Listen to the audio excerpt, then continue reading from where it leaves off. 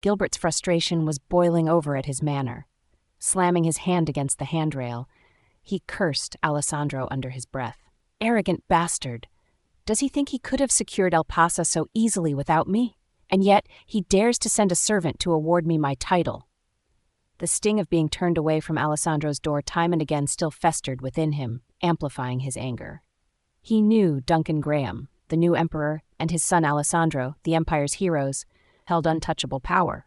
What if I'm framed for revolting? What if there's a civil uprising? Anxiety gnawed at him, and a plan began to form. I'll use this marriage as an excuse to contact the surrounding fiefs. As for Beatrice, she must be dead by now.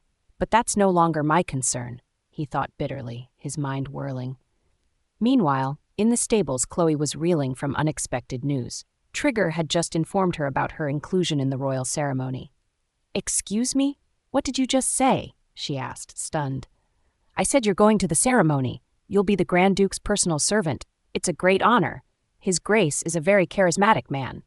Trigger repeated with a grin as Chloe, mid-bite, paused in disbelief. The royal ceremony? The one where the battle competition winners patrol the Empire? And I'll be serving that man? Chloe thought, feeling dread settle in. Her mind raced. But Hall is all better now. I thought I'd be free. Panic gnawed at her, but there was no time to protest as Trigger pulled her along. Later, at the Grand Duke's mansion, Chloe stood nervously in front of Aaron. As you've heard, you'll be serving His Grace during this year's ceremony. It's a significant and honorable task, so I expect you to give your best, Aaron instructed. Chloe's heart sank further. Why is this happening to me? She thought in despair, unsure of what lay ahead. A knock on the door interrupted the tense moment. Did you ask for me, Sir Aaron? The headmaid, Sandra, entered, bowing respectfully. Welcome, Sandra. This is Chloe, and she'll be serving His Grace, Aaron said warmly, prompting Chloe to bow in greeting. Chloe, you'll need to learn everything about serving His Grace from Sandra before tomorrow's departure, Aaron ordered. Chloe nodded, though fear gnawed at her insides. I've been pretending to be asleep because I was too scared to look at him, and now I'm going to be his personal maid? This is worse than facing a hungry tiger, she thought, shivering. Sandra wasted no time in briefing Chloe on her new responsibilities. His Grace doesn't like physical contact. You must not disturb him during his bath or sleep, Sandra explained as they walked through the mansion. Chloe, lost in her thoughts, barely registered the instructions. Are you listening? Sandra snapped, breaking Chloe out of her daze. Yes, when preparing his bath, Chloe began, only to be interrupted. Get it together. We will all pay the price if you make a mistake, Sandra scolded, her tone sharp. Chloe, feeling more terrified by the moment, promised she wouldn't make any errors. Good. His Grace is not someone you want to upset, so make sure everything is flawless, Sandra warned as they continued their tour of the mansion. Chloe's nerves were frayed. Yes, ma'am, she replied, trying to sound confident despite her racing heart. Your main duties are to prepare his clothes, make his bed, and clean his sword, Sandra continued. Chloe processed her words, thinking, so I'll basically be doing chores all day. I've never worked as a maid before. What if I mess up? Her thoughts turned to escape. Maybe it's better if I don't do so well, she mused, but Sandra, as if reading her mind, paused and turned to her. If you're thinking you'd rather get fired because this is too much work, don't. Unless you wish to be beheaded, Sandra said coldly, causing Chloe to gulp hard. Yes, ma'am, Chloe replied, terrified at the prospect of failure and knowing she had no choice but to succeed. Chloe, come in. Long time no see. Lady Anna called softly, welcoming her. Hello, Lady Anna, how've you been? Chloe asked, a gentle smile on her face as she saw Anna sitting comfortably. I'm so glad she seems to be doing better, Chloe thought inwardly. I thought you'd be busy preparing for the ceremony. How did you manage to visit? Anna asked, excitement in her voice. I begged the headmaid to let me slip away. I wanted to say goodbye since I won't be able to see you for a while, Chloe explained. I see. Thanks for coming, Anna said, her expression softening. I'm jealous that you get to travel to the Empire with all those charming knights. Chloe chuckled softly, but before she could respond, Anna leaned in closer. But Chloe, she whispered, her tone shifting, I'm telling you this because I'm worried about you, so keep it to yourself. Huh? What is it? Chloe asked, looking surprised and concerned. My maid's friend knows Lady Bandora's maid, and she said that His Grace harassed Lady Clara, Anna whispered. Harassed? He did that? Chloe's mouth fell open in shock. Yes, and there's more. I also heard that he enjoys beating women, Anna added, her face grim. No way, Chloe gasped, fear creeping into her heart. Hush, my brother would kill me if he found out I told you this, Anna warned, clasping Chloe's hands affectionately. Oh, okay, Chloe stuttered, her thoughts racing. I heard that's why he went off to war so much. So be careful, Chloe, Anna urged, her voice full of concern. The ceremony began, and the lively crowd cheered as the knights set off. Chloe walked beside Alessandro, her mind still replaying Anna's warnings. I can't believe a man like him would do such a thing. He looks like Prince Charming, she thought, unable to help but notice his perfect features, his dark eyebrows, sharp jawline, and plump lips. No, now's not the time to stare. I need to keep my guard up, Chloe reminded herself, shaking her head. Despite her resolve, she caught sight of Sir George in the crowd, who waved at her. Safe travels, Chloe, Sir George shouted. Thank you. I'll be back soon, Chloe called back, bowing as a smile spread across her face. What's the point of worrying about something I can't change, she thought, feeling a bit more at ease. I am pretty lucky, she mused, glancing at Alessandro, who was observing her silently. They continued their journey for hours until the evening. Chloe's feet ached, and she was exhausted from the long march. How much longer do we need to walk? We only took one short break for lunch, and I'm getting so tired, she thought. We shall end today's march here, General Evan announced, and the knights cheered in relief. Thank goodness, Chloe thought, watching as the knights began to set up camp. Before she could rest, a maid approached her. Hey, you're new, right? The maid asked. Yes, Chloe replied, curious. The tent for his grace is ready. Go make his bed and bring him a hot towel later tonight, the maid instructed. Thank you for letting me know, Chloe said, bowing gratefully. I'm Heidi. I'm Sir Wilder's maid, she said, introducing herself. By the way, are you a boy or a girl? Oh, I'm a girl, Chloe replied, relieved she still appeared boyish despite her long hair. I thought his grace brought you because you're a boy. Well, you should get going now, Heidi said before hurrying off. Chloe entered Alessandro's tent to prepare his bed. This place is pretty clean and simple, she thought as she laid out the soft blanket. I'm so tired from staying up last night, she mused, rubbing her hand on the blanket. Hopefully, he still thinks I'm at Capito Mansion, Chloe thought nervously, remembering the rumors Anna had shared. Chloe becomes tense after seeing Alessandro at the entrance of his tent. She hurriedly apologizes and offers to bring his dinner, while Alessandro silently passes by, making her feel even more anxious. Chloe leaves to get his meal, breathing a sigh of relief once she's outside. Alessandro, meanwhile, observes her calm demeanor, appreciating that she's not as bothersome as other women, and assumes she must be competent if Aaron assigned her. When Chloe returns with dinner, she watches Alessandro eat, admiring his graceful manners.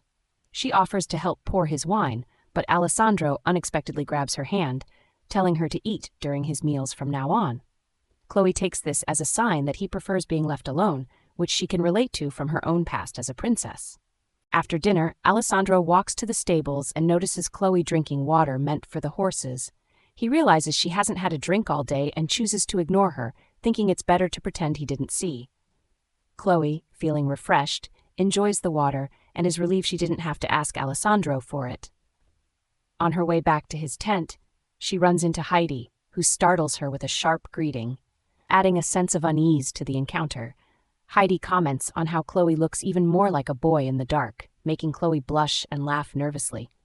Though Chloe finds Heidi's friendliness a bit unsettling at first, she answers Heidi's questions about being a slave, and the conversation turns light. Heidi hands her 2 bottles of wine for Alessandro, and Chloe begins to feel that Heidi isn't so bad after all. Chloe rushes to Alessandro's tent, only to find it empty. While she places the bottles on the table, she unexpectedly bumps into Alessandro, who silently walks past her, causing her to blush in embarrassment. Alessandro quickly drinks the wine, and as Chloe watches nervously, he tells her not to wake him in the morning, requesting a simple breakfast. As he begins to undress, Chloe's face reddens at the sight of his muscular build, and she hastily excuses herself, leaving the tent in a flustered state. Alessandro chuckles at Chloe's behavior, noting how she's like a scared puppy, and remembering how he once threatened her life. Deciding to visit General Evan, he steps outside, but pauses when he sees Chloe inspecting some plants. Curious about her actions, he quietly watches as she identifies a wood sorrel and contemplates tasting it. Before she can, Alessandro swiftly grabs her hand, stopping her in surprise. Chloe stammers nervously as Alessandro scolds her, assuming she's eating grass out of hunger. Bowing quickly, she assures him she won't, though internally she's mortified by the misunderstanding. As soon as he walks away, her stomach growls loudly, adding to her embarrassment. Chloe panics, hoping Alessandro didn't hear it, but he simply walks off, feeling sorry for her, thinking she's that hungry. The next morning, Chloe serves Alessandro breakfast and offers to prepare his tea. Suddenly, he asks for her name, catching her off guard. Panicked, Chloe wonders if he's recognized her true identity, but she responds calmly, telling him her name is Chloe. Alessandro then gestures to a drinking horn on the table, telling her it's hers. Perplexed, Chloe hesitantly accepts the gift. He dismisses her, telling her to inform Evan they will start the march in an hour. Outside the tent, Chloe inspects the ornate horn, baffled by the unexpected gift. She feels relieved, knowing she won't have to drink water from the horses anymore, but she remains uncertain about Alessandro's intentions. Meanwhile, in the Bandora's mansion, Clara reminisces about her intense encounter with Alessandro, recalling the strength of his arms and hands. Though she initially resisted, Clara now feels captivated by him, even planning to approach his father while Alessandro is away on his journey. As the caravan continues their march, they enter the territory of Count Lambuth. Chloe marvels at the beauty of the wide, well-maintained fields. Her attention shifts to Alessandro, and she finds herself reconsidering her earlier impressions of him. There seems to be more to him than she initially thought. Perhaps he might even be a good person. A few days ago, Chloe had gone to Alessandro's tent to seek permission to enter. He gave a simple yes as he dressed, and she instinctively thought it was her duty to assist him. However, Alessandro stopped her, telling her to leave it, and that he was not her master. Confused by his words, Chloe wondered if it was because she belonged to the Cupido family. Alessandro then instructed her not to call him master anymore, causing her to quickly adjust and agree to call him Your Grace. Like everyone else, she thought to herself how easy he was to serve, relieved that her initial fears about him hadn't materialized. Later, as Chloe took lunch to his tent, she overheard knights gossiping. One knight commented on how women were eager to meet Alessandro at the ceremony, but he never showed up. Another knight pointed out how much Alessandro valued honor and integrity, while praising his good looks. Chloe reflected on these conversations, realizing that even though rumors circulated about Alessandro's harsh behavior, many people who worked closely with him saw him as charming, beautiful, and kind. This added to Chloe's conflicting thoughts about him, especially as she also found herself impressed by his looks and humility. That evening, Alessandro sat in his tent reading a letter from Sir Jorge. The letter requested that Alessandro allow Chloe to write and draw about medicinal herbs, a request that left Alessandro surprised. He found it hard to believe that a young slave like Chloe could read and write, despite her impressive handling of Hall's illness. His thoughts were interrupted by Evan's arrival. Alessandro showed Evan a blood-stained letter from the advance squad, which had arrived 3 days earlier from the northwest, an unusual location considering their current route. Alessandro shared his concerns about certain noblemen gathering more soldiers than reported, except for Marquess Kendall Burnett. The Marquess's territory lay to the northwest, and he had blamed reduced taxes on bandit activity. Alessandro suspected something more was at play, but asked Evan to keep the matter quiet for now, while further investigations continued. As Alessandro pondered the political scheming surrounding them, Chloe's voice interrupted his thoughts. She had brought his wine, and Alessandro allowed her to enter, curious about the claims Jorge had made regarding her skills. Chloe entered the tent, carrying a tray with 2 bottles of wine, and Alessandro's curiosity deepened.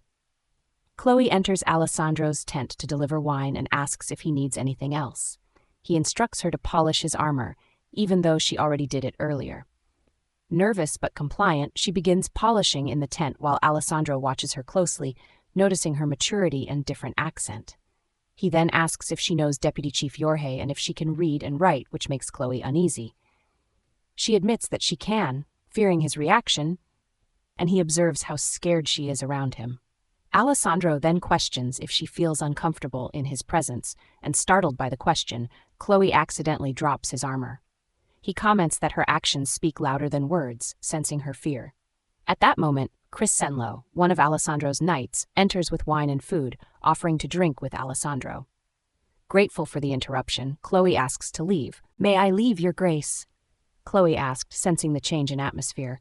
"You may," Alessandro said. "Yes, Your Grace," she replied, hurrying out of the tent. "Did you beat her or something, Your Grace?" Chris remarked, watching her leave. "Is it Your Grace or Captain? Pick one," Alessandro said, sounding serious. "Not like you care." "Drink up," Chris said, pouring them each a glass. After a few glasses, Chris shared his frustration. "The old man wants me to come back. First my father, and now my grandfather.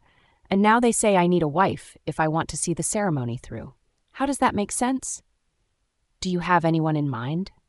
Alessandro asked. "How could I? I've been rotting on the battlefields for the last decade. You know that." Chris shook his head. "They've even tried faking illnesses to guilt-trip me. Now, they're saying they'll find the most beautiful woman in the capital for me to marry." Alessandro laughed. "You've got a lot on your plate." "I'd rather be on the battlefield," Chris muttered, raising his glass.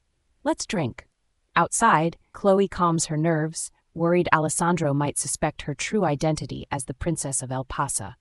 However, she reassures herself that if he knew, he would have already acted. The next day, Alessandro once again asks her to polish his armor. As she works, Alessandro brings up a letter from Deputy Chief Jorge, who mentioned Chloe's interest in writing a book about medicinal herbs. Alessandro asks if she wants to continue, and surprised that he's asking for her opinion, Chloe eagerly agrees. Alessandro silently observed Chloe as she confidently declared her desire to write the book. He marveled at the change in her demeanor. This wasn't the same timid girl who couldn't even look him in the eye. As he studied her, he noticed details he hadn't before. Her dark brown eyes, her small nose, and her lips, which he found strangely reminiscent of a squirrel's, causing him to turn away to stifle a laugh. Presenting a letter from Jorge, Alessandro instructed her to read it.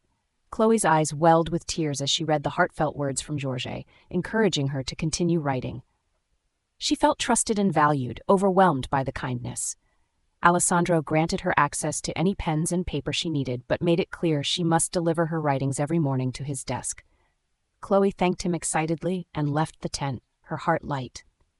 As Alessandro sat alone, his mind briefly wandered to the serious matters at hand, the noble's schemes, but he found himself chuckling again, picturing Chloe's squirrel-like expression. Outside, Chloe searched for a peaceful spot to begin her writing. Finding a large stone, she eagerly set to work, starting with the wood sorrel she had encountered earlier. Writing brought her joy, a feeling she hadn't experienced since being locked away to Cure Hall. She stayed up all night, writing until exhaustion set in. Reflecting on her interactions with Alessandro, she admitted that though he wasn't harsh, his presence drained her energy. Yet she was grateful for the opportunity. While walking past, Chloe ran into Trigger and Heidi. Trigger noticed how long her hair had grown and complimented her, though Heidi teased her, calling her a pretty boy. Trigger corrected Heidi, insisting Chloe looked like a girl, which left Chloe feeling conflicted. Their playful argument confused Chloe, and she had to step in to stop them from escalating. Meanwhile, Alessandro reviewed Chloe's first submission.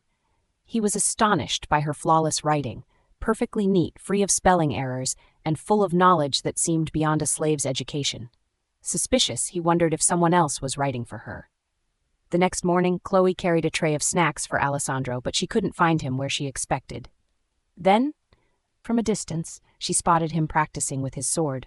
Amazed by his skill, she couldn't tear her eyes away from the scene. Chloe watched Alessandro practice, mesmerized by how gracefully he wielded the heavy sword as if he were dancing. When he noticed her, she startled, announcing that she had brought his meal. He instructed her to leave it, and after he finished his practice, he settled under a tree.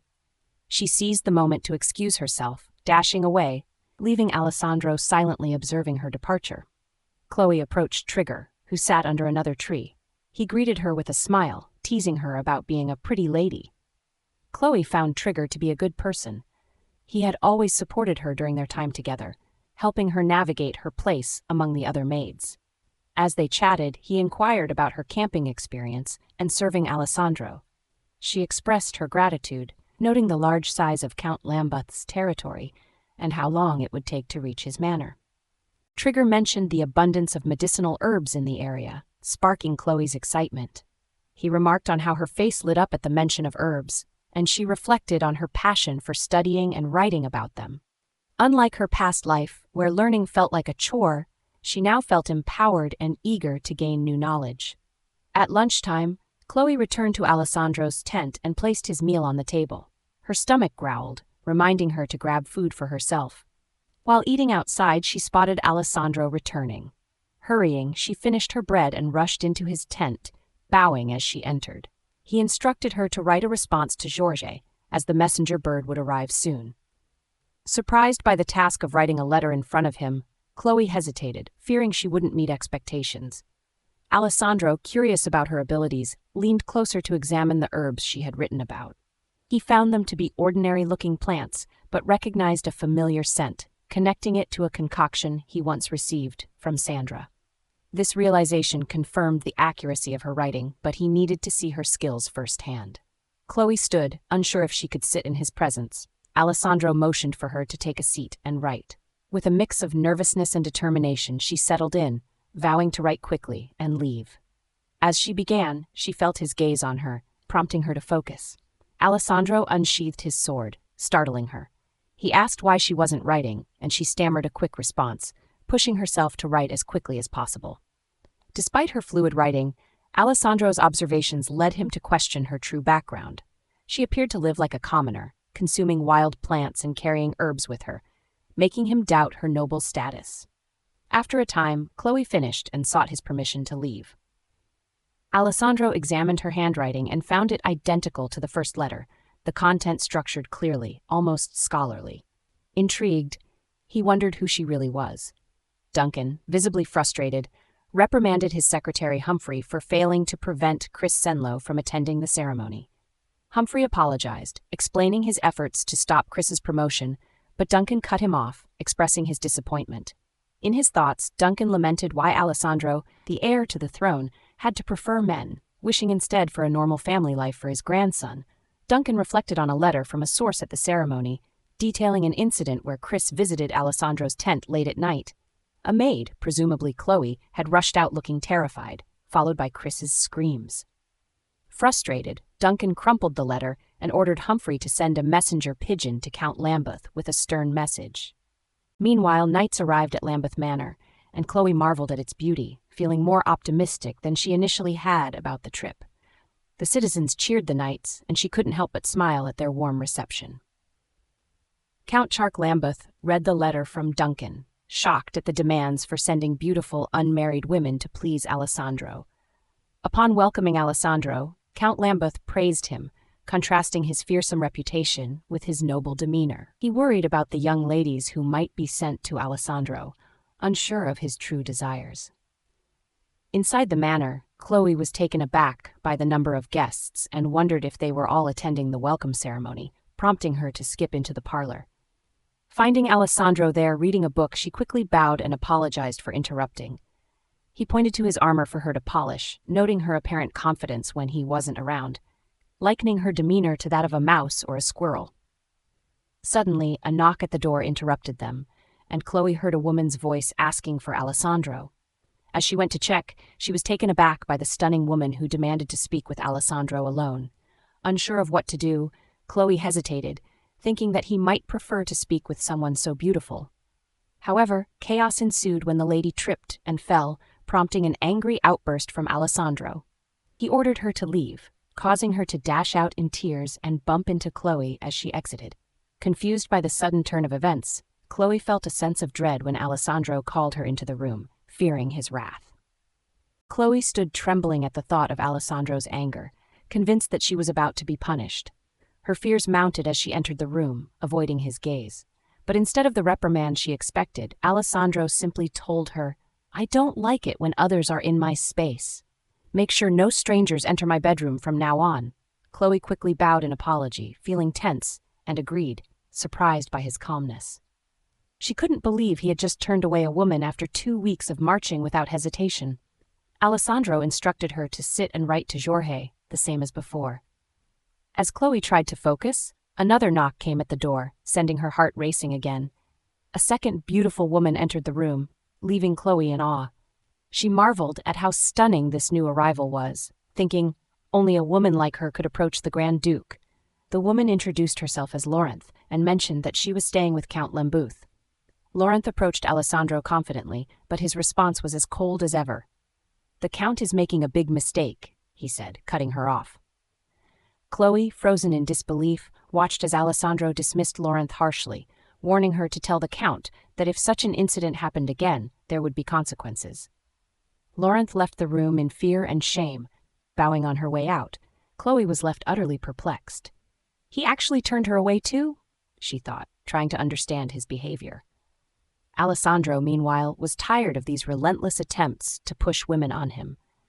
He thought back to his parents and their destructive relationship, knowing that a fleeting moment of pleasure wasn't worth the inevitable doom. Before he could gather his thoughts, another knock came, this time from Count Lembuth himself. Stepping outside, Alessandro faced the Count, unimpressed.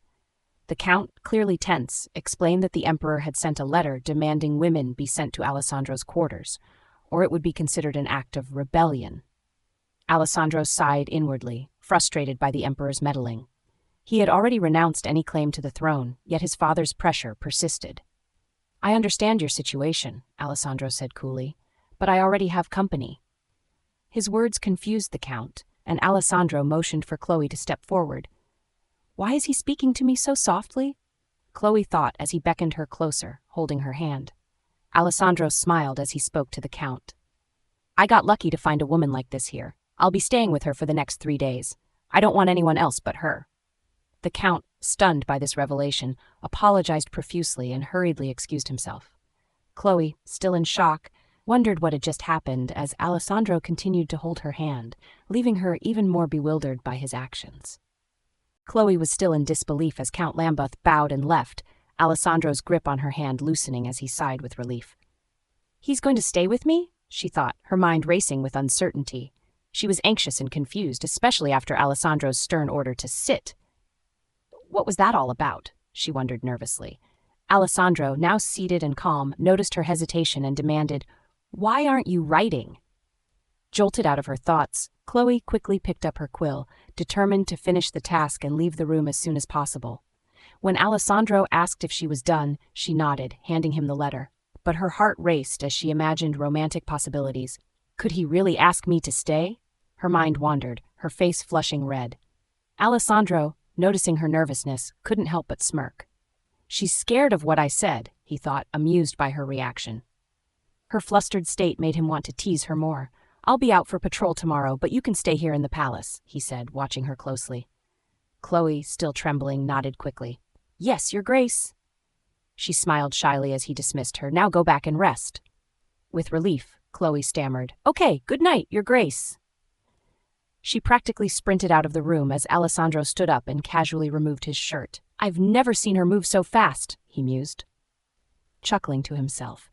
His earlier foul mood caused by his father was starting to lift. "Is it because of her?" he wondered. The next morning, Alessandro and Count Lembuth were out on patrol. Alessandro admired the well-kept estate and the people's obvious fondness for the Count. "This place is very well taken care of. You must be doing well, judging by the people's praise," Alessandro said. Count Lembuth, pleased with the compliment, responded, "I'm humbled, Captain. I'll continue to serve the Empire with all my might." Suddenly, Chris Senlo appeared, galloping toward them, looking tense. "Your Grace, we have a problem," he shouted. Alessandro's mood darkened immediately as Chris relayed the news. Sir Lohan's maid and Dr. Smith were dead, and the rest of the household was unconscious. They suspected poison. "Poisoned?" Count Lembuth exclaimed, looking shocked. "I'll call my family doctor right away." Alessandro's gaze hardened as he turned to Count Lembuth. "I can no longer trust you now that this has happened in your manor.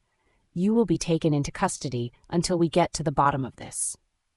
The Count was stunned, but had no choice but to comply as knights surrounded him.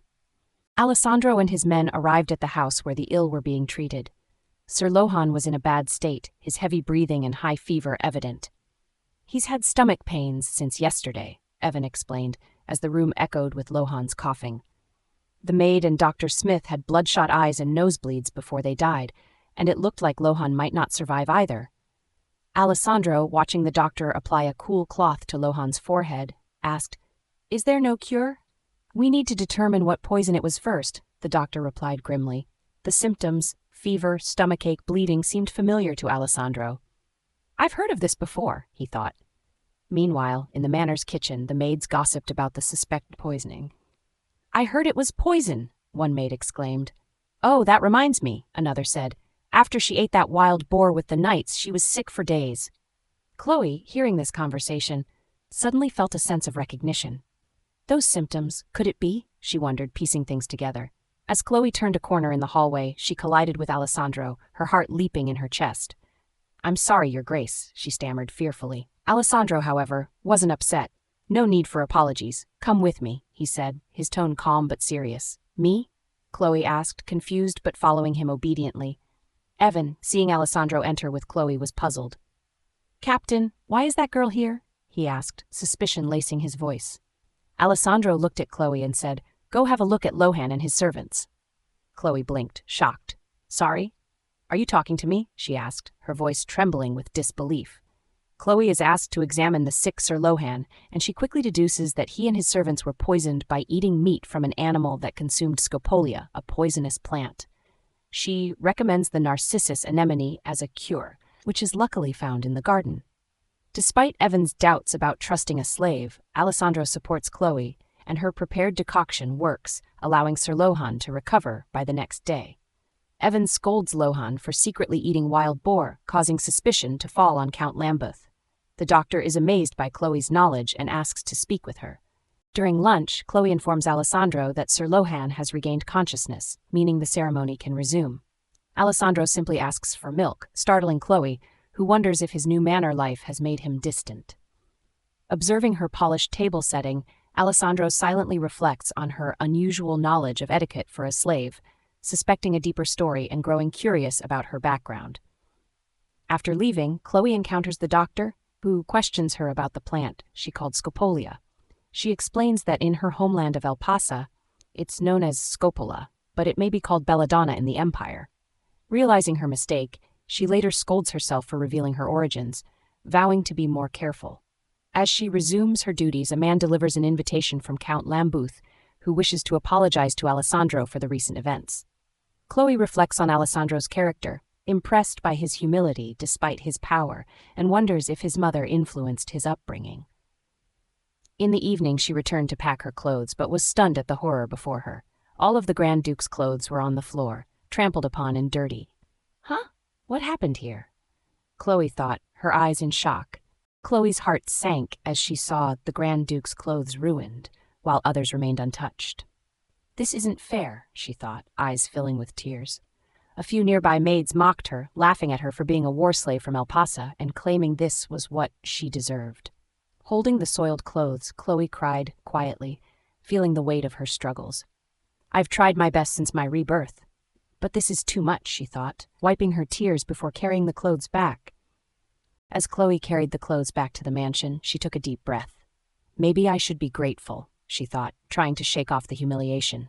"At least, they can't openly mock me since I'm the Grand Duke's maid." Wiping her eyes, she forced a smile. "I'm fine," she murmured. "I didn't study medicine for people's praise." Her focus returned to the clothes, dread creeping in.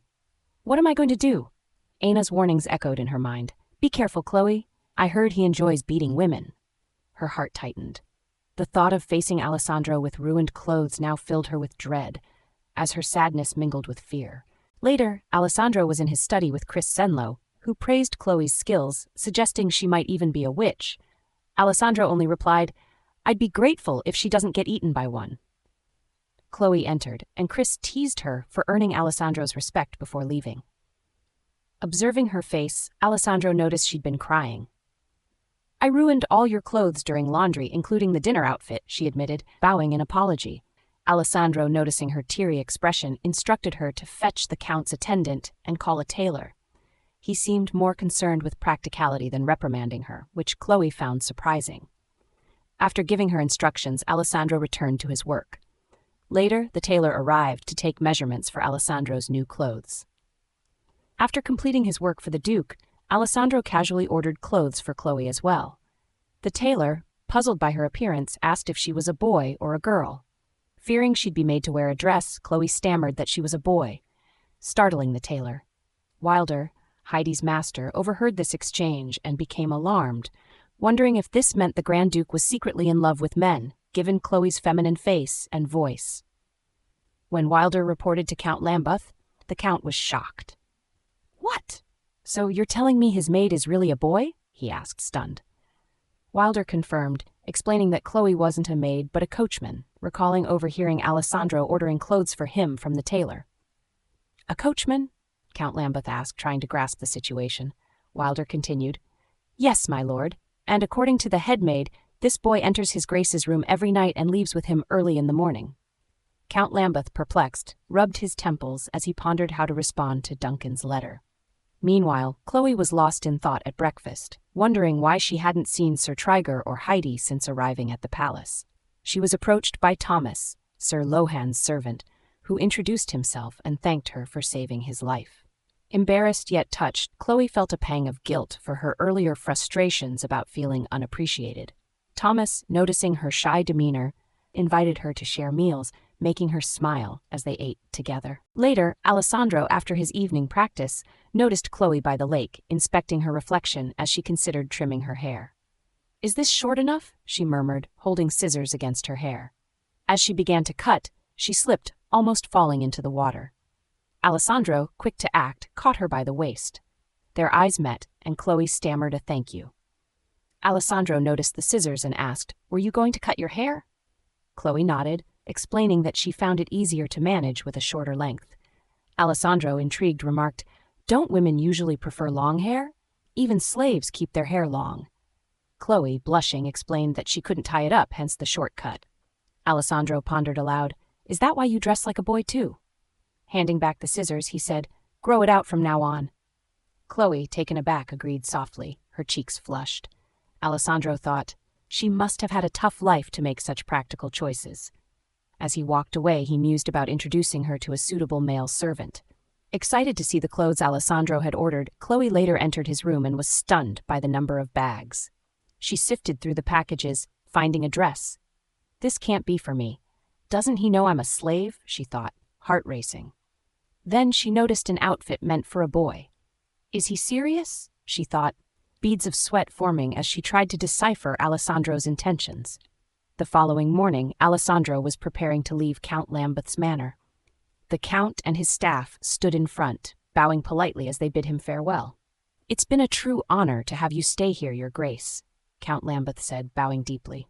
Alessandro responded with a nod. "Thank you for your hospitality. I trust you'll continue to care well for your land." Just before Alessandro boarded, Count Lambeth approached him with hesitation. "Your Grace, may I speak freely before your departure?" he asked, his tone more personal. Alessandro nodded, though his expression was unreadable. As the caravan moved, Chloe walked alongside Thomas, who noticed her preoccupied expression. "If I wear those clothes, people will definitely talk." She sighed in relief that Alessandro hadn't seen them yet. "I can't throw them away, but what were they thinking, making me clothes like that?" Thomas's voice broke into her thoughts. "That boar did nothing but get me in trouble," he remarked, shaking his head. Chloe nodded, sharing her sympathy about the unfortunate maid and Dr. Smith. Thomas revealed that the maid had snuck in using family connections to attend the ceremony, which surprised Chloe. "Is it that important?" she asked. "Of course," Thomas replied. "It's a huge honor." He then realized Chloe's lack of family, adding, "I guess it wouldn't mean much to someone like you." Chloe fell quiet, her gaze drifting to Alessandro leading the knights. As Alessandro rode ahead, Count Lambeth's final words echoed in his mind. "No parent wants their only child to walk a lonely path. Please understand His Majesty's intentions," the Count had pleaded. Alessandro, disturbed by the personal tone, thought, what rumors did he hear to speak so freely? Nearly a month later, during an evening camp, Chloe was hard at work. "Aren't you going to eat?" Thomas asked. "Oh, go ahead, I'll join later," she said, smiling. Chloe had grown closer to Thomas, as they often worked together. While they talked, Chloe spotted Heidi passing by, but was shocked when Heidi ignored her greeting. "I thought you were washing clothes?" "Come on, I'll help," Thomas offered, snapping her back from her thoughts. She couldn't shake the feeling that Heidi's recent distance was due to her growing friendship with Thomas. Later, Alessandro sat under a tree, eating his lunch, and noticed Chloe exhaling in relief after finishing her tasks. "She's finally done. Thomas offered to help, but I prefer doing my own tasks, she thought. She turned to head to lunch, only to see Alessandro staring at her. Oh no, we made eye contact. Why is he looking at me? She fumbled, offering him wine, to which he replied, Bring your lunch here. Startled, Chloe hesitated, but Alessandro's stern look made her obey. As Chloe ate with him, Alessandro wondered, why does she seem uncomfortable around me? Hasn't she been here long enough? He felt unexpectedly irritated at her unease. Meanwhile, Chloe, trying to ease her nerves, mused, He used to terrify me, but after spending so much time around him, he seems just quiet. Then a small bird tumbled from its nest nearby. Chloe's heart went out to it. Poor thing, she murmured. Without hesitation, Alessandro gently picked up the bird and returned it to the tree, a faint smile crossing his face. He's kind to the weak, strong when needed. Maybe this is the real him. Chloe thought, admiring his balance of strength and gentleness. The next day, Alessandro announced, We will resume the march today. Get yourselves ready. His knights cheered enthusiastically, swiftly preparing to set off. While Alessandro mounted his horse, Thomas's voice caught his attention as he noticed Chloe carrying a large load. Hey, you should carry only the light stuff. Let me take those, Thomas offered, noticing her struggle. It's fine, I've got it, Chloe protested. But Thomas shook his head, taking some boxes from her arms. No, you don't. You need to go easy on yourself. Watching the scene, Alessandro observed Chloe's responsible and hard-working nature. She's incredibly diligent, even if it means extra work. She never makes excuses or complains. Despite her status, she's remarkably honest and bright. But she knows so much for someone raised as a slave. Could she have been a noble from another land? He wondered as they continued the march. Your Grace. Chloe's soft voice drew him back. What is it? He replied, his expression firm.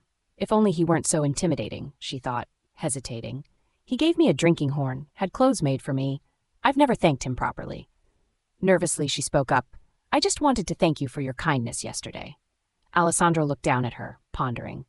When did I start feeling responsible for her? He wondered, studying her quietly. Suddenly, a glint in the sky caught his attention. Watch out, he shouted, swiftly turning his horse and diving toward Chloe, shielding her as they hit the ground. Are you all right? He asked, holding her steady as they got up. Yes, I'm fine, she replied, then spotted a knife embedded in the ground inches away. A knife? She gasped, fear flooding her eyes. Just then, men burst from the bushes, bandits the leader barking, Give us your food and women, and we'll spare your lives. Alessandro quickly positioned himself between Chloe and the attackers. Stay behind me, he commanded, drawing his sword. Give me your name, and I'll spare your corpse, Alessandro taunted. The bandit leader laughed. Nice offer, but you won't leave with anything. Kill every single one of them, Alessandro ordered his knights. The fight broke out fiercely, with Alessandro and his men slashing through the bandits. Chloe, over here, Trigger called, grabbing her and pulling her into the bushes. Cover your ears, he instructed, shielding her. With her ears covered, Chloe could still hear the screams and the clash of metal, the brutal scene unfolding beyond her view. This is just like that night in Elpasa. The blood, the terror, she thought, trembling. When the battle finally ended, Alessandro checked in with his general, Evan. What's the situation? He asked. 4 knights are slightly injured, but everyone else is fine. Yet we'll search for their hideout now, Evan replied. Alessandro gave instructions to search the bandits for any identifying information, then turned his attention to Chloe, still quivering in the bush. Approaching her, he gently lifted her to her feet. Chloe, are you all right? He asked softly, noticing her fright. She barely managed to nod, eyes still wide with shock. He lifted her gently. Your Grace? She murmured, startled, yet finding some comfort in his strong presence. As the journey resumed, Alessandro lifted Chloe onto his horse after the ambush, entrusting her to Trigger's care. Trigger walked beside her, noticing she seemed shaken. Grateful for his kindness, Chloe reflected on how people in the Empire had begun to treat her with more respect than she ever received at her home in Elpasa. She thanked Trigger, who reminded her that it was actually Alessandro who had protected her in the fight, making her heart skip a beat. That evening, Chris and Alessandro bathed together in a lake. You don't think it was just an ordinary band of thieves? Chris asked. Alessandro responded, It's just a guess. Chris sighed. The problem is your guesses are usually correct. They had almost as many men as we did and seemed to know we'd be there at that time. Could it have been Viscount Arahan? Alessandro frowned. We'll have to investigate. I hate conflict within noble families. It gets messy. I've had enough fighting for today. Chris dipped himself into the water, sulking. Alessandro thought about the day's bloodshed, realizing how repulsive it felt.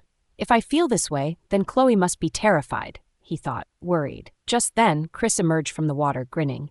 Your maid's name is Chloe, right?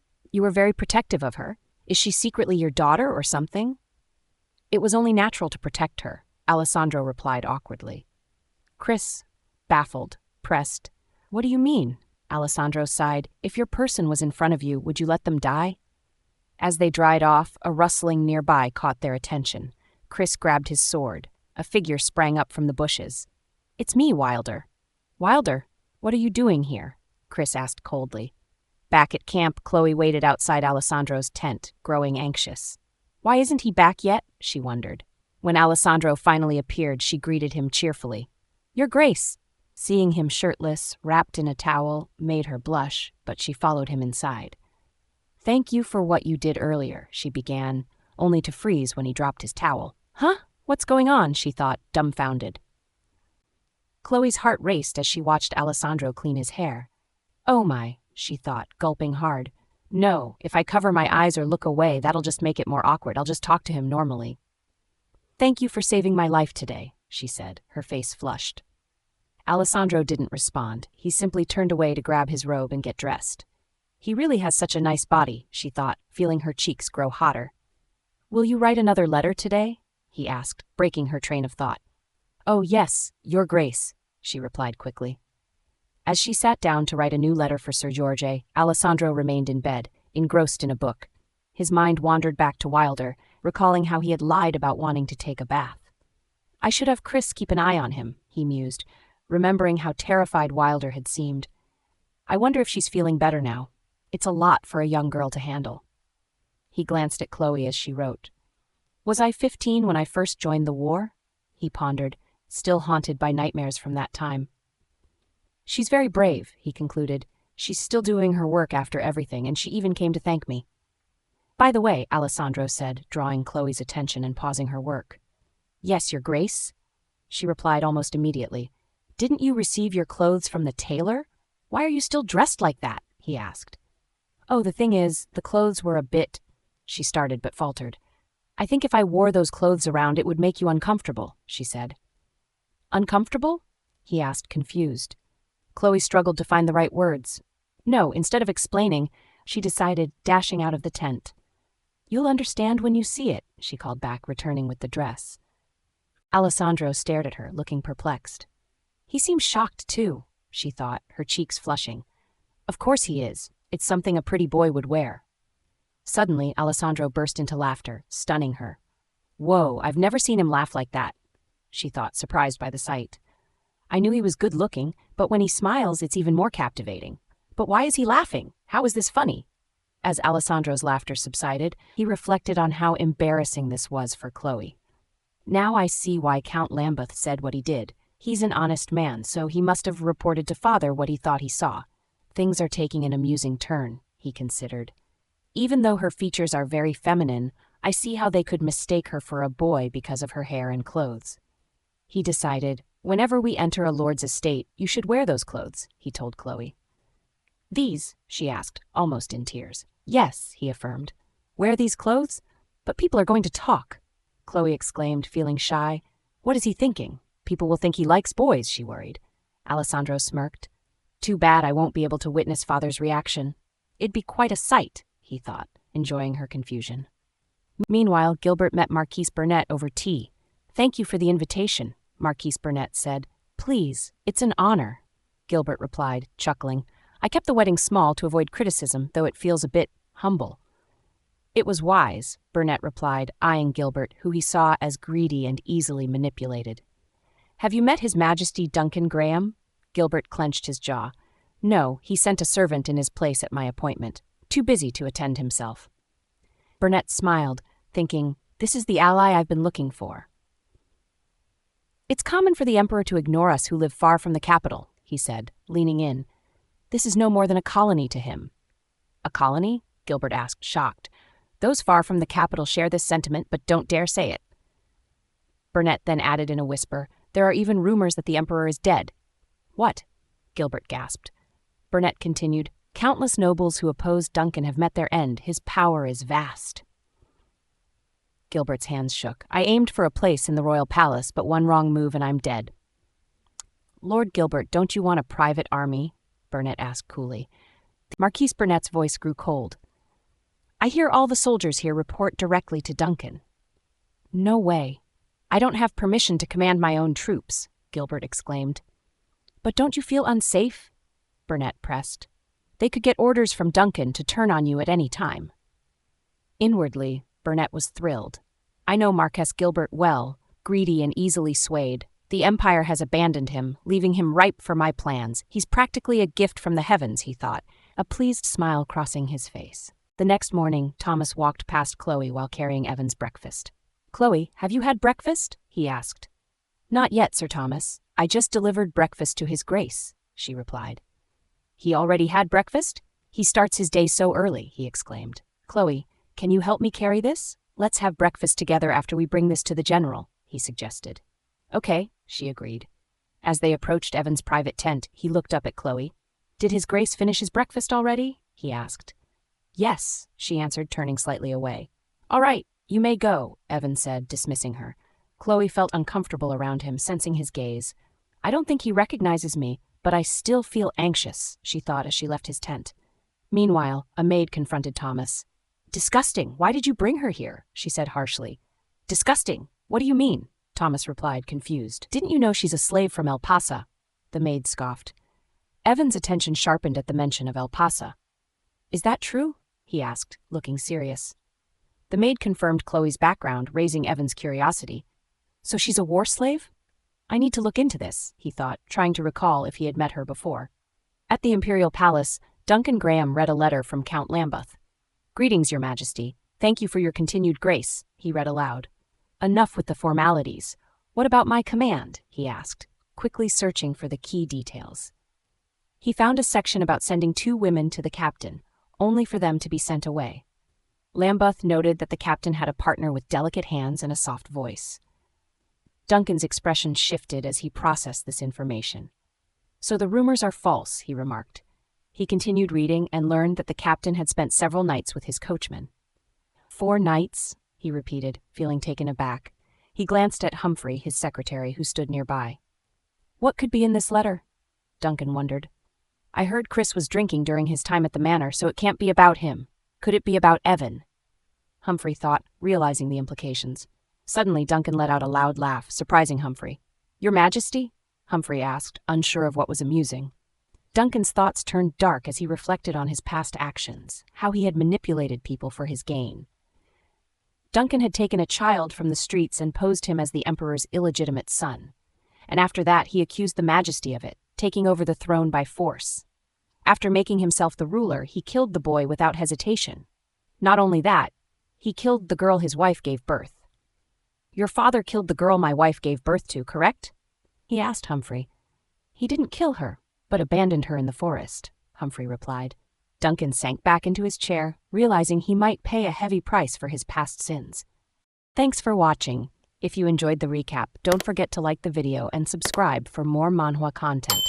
See you in the next one.